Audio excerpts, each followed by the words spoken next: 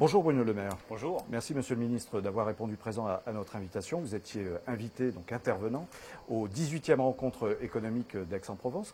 Aix-en-Provence, les rencontres économiques, qu'est-ce que ça représente pour le ministre?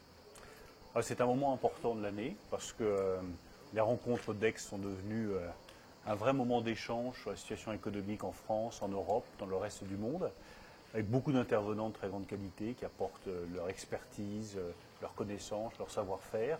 Donc c'est devenu un des moments importants de la vie économique du pays. Alors le thème de cette année, c'était les métamorphoses du monde. Un sujet pour le moins d'actualité, les métamorphoses sur le plan social, sur le plan géopolitique, sur le plan sociétal.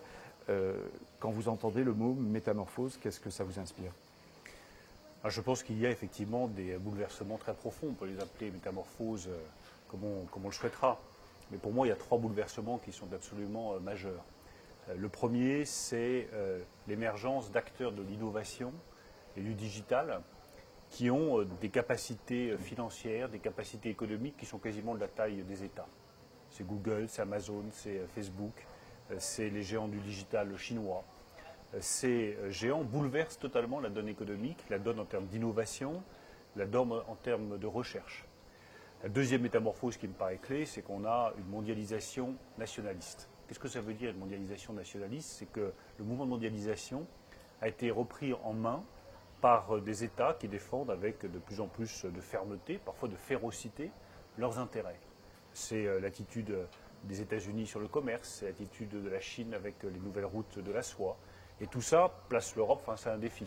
Est-ce qu'elle est capable, elle aussi, de défendre ses intérêts dans cette mondialisation qui est devenue très dure, très brutale, où chacun défend ses intérêts nationaux, ou est-ce que l'Europe reste totalement divisée? Puis la troisième métamorphose, on le voit bien, c'est le défi migratoire qui met l'Europe au défi de mieux protéger ses frontières. Alors sur les trois métamorphoses en l'occurrence, qu'est-ce que vous offrez comme solution? Que faites-vous comme proposition? Notamment sur le plan fiscal par exemple, premier point. Je considère que la clé c'est justement d'avoir un cap économique et financier clair.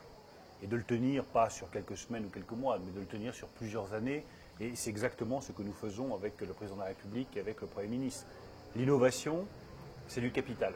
Si vous voulez innover, robotiser, digitaliser votre entreprise et digitaliser votre pays, il faut du capital. Donc le choix que nous avons fait d'alléger la fiscalité sur le capital l'année dernière, c'est un choix stratégique pour la nation française. Si nous voulons que nos entreprises, nos PME, nos commerçants et chaque citoyen puissent participer à cette transformation digitale, il faut plus de capital. C'est ce que nous avons fait avec notre choix fiscal. Alors, il y a la question migratoire, on ne va pas être exhaustif, nous aurons l'occasion d'y revenir. Est-ce que, et vous parliez de l'Europe, vous estimez que cette Europe aujourd'hui est capable de réagir à tous ces défis?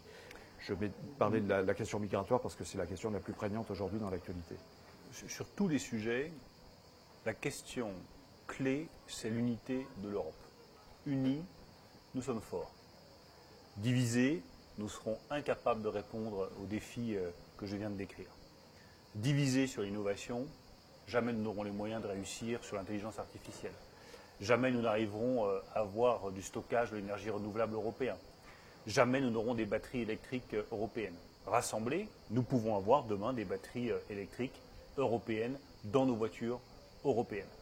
Rassemblés, nous pouvons faire face aux défis migratoires. Rassemblés, nous pouvons être capables d'avoir des géants industriels qui soient capables de tenir tête aux géants industriels chinois ou américains. La clé aujourd'hui, on le voit bien dans tout ce qui traverse aujourd'hui l'Europe, c'est est-ce que nous devenons une myriade de petites nations qui se font concurrence les unes les autres et qui ne résisteront pas entre la Chine et les États-Unis, ou est-ce que nous rassemblons nos forces? C'est plus difficile de se rassembler, c'est plus exigeant, ça demande plus de temps, ça demande plus de compromis, mais pour moi, c'est la seule voie qui vaille, c'est celle que défend le président de la République depuis le premier jour de son mandat. Dernière question, Monsieur le Ministre, concernant l'offensive et la guerre commerciale que mène Donald Trump, le président américain, au reste du monde, notamment à l'Europe. Est-ce que la France est prête à réagir de manière ferme à ce qui est en train de se produire actuellement? Sur la guerre commerciale qui s'est déclarée depuis maintenant quelques jours, la France veut réagir collectivement. C'est la Commission européenne qui est en charge des négociations commerciales et elle a très bien fait en réagissant de manière ferme et de manière proportionnée. Mais elle veut réagir collectivement, nous voulons réagir collectivement avec les autres pays européens et personne ne divisera la France et l'Allemagne, personne ne doit pouvoir diviser les pays européens.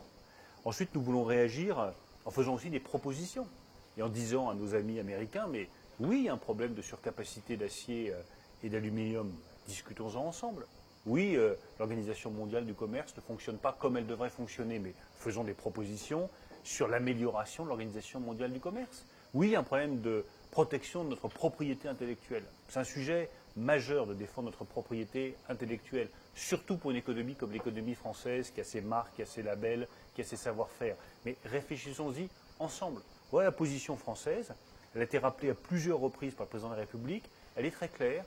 Unité européenne, fermeté dans la réaction aux attaques dont nous pouvons être les victimes, et proposition d'amélioration du multilatéralisme économique. Eh bien, il sera beaucoup question de tous ces sujets également l'année prochaine, aux prochaines rencontres économiques, 19e du nom, vous serez de la partie. Je l'espère si je suis invité. Merci, monsieur le ministre. Merci beaucoup.